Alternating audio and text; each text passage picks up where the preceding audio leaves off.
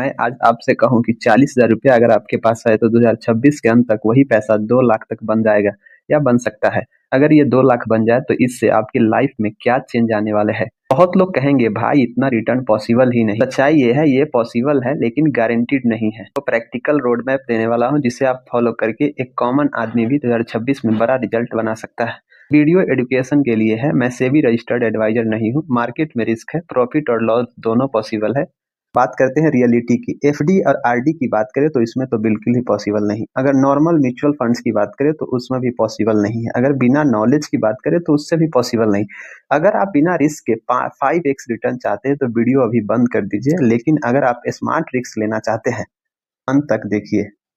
सबसे पहले बात करते हैं कि अमीर और गरीब के बीच में फर्क क्या होता है। रिच लोग पैसा बचाने से नहीं, पैसा ग्रो करने से अमीर बनते हैं, जिसके 5 गोल्स है जिनका। पहला कैपिटल प्रोटेक्शन फर्स्ट है, पहला कैपिटल को बचाते हैं। दूसरा स्मॉल मनी जो होता है ना, हाई ग्रोथ एसेट्स में वो लगाते हैं।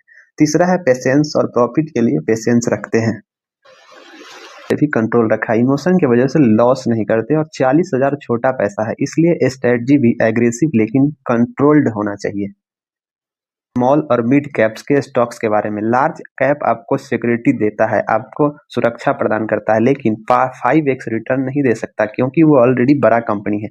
अगर छोटा कंपनी में आपको मिलने का चांसेस ज़्यादा होता है। अगर 2026 में फोकस करें जिस थीम पे, तो पहला है डिफेंस, दूसरा है ग्रीन एनर्जी, ये डाटा सेंटर और एआई पे, और उसके बाद इंफ्रा और रेलवे वाले स्टॉक्स पे हमें फोकस करना चाहिए।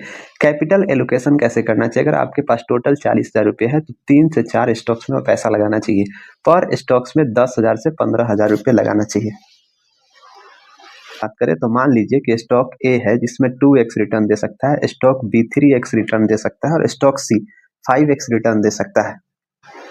एवरेज की बात करें तो आपको टारगेट के पास ये सब मिलकर के पहुंचा सकता है। होल्डिंग पीरियड क्या हो सकती है, मिनिमम 12 से 18 महीने का होल्डिंग पीरियड तो रहना ही चाहिए। और रूल इसका क्या कहता है, इसका रूल कहता है कि क्वार्टरली रिव्यू कीजिए और बिजनेस खराब है तो उसमें से एग्जिट कर लीजिए। प्राइस गिरा तो पैनिक मत करिए, पैनिक होकर के सेल मत कीजिए, पैनिक सेलिंग नहीं करना चाहिए।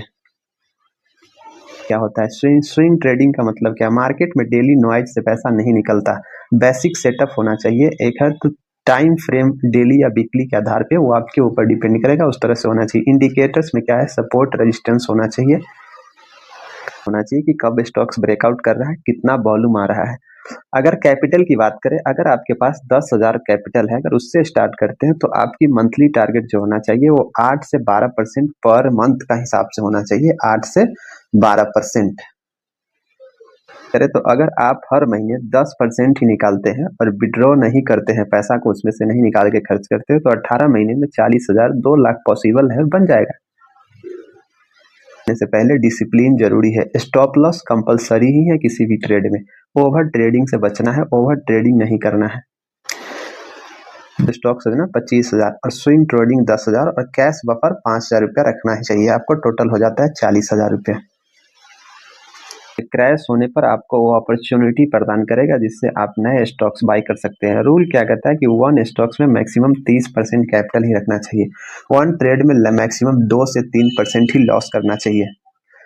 1 ट्रेड में ग्राम के टिप्स पे भरोसा न करें, बिना समझे एवरेज न करें, डेली प्रॉफिट एंड लॉस देखना बंद करें, जल्दी रिच बनने की सोच को त्यागे, उसका सोच कम रखें, लॉस एक्सेप्ट ना करना, लॉस को एक्सेप्ट करना सीखिए।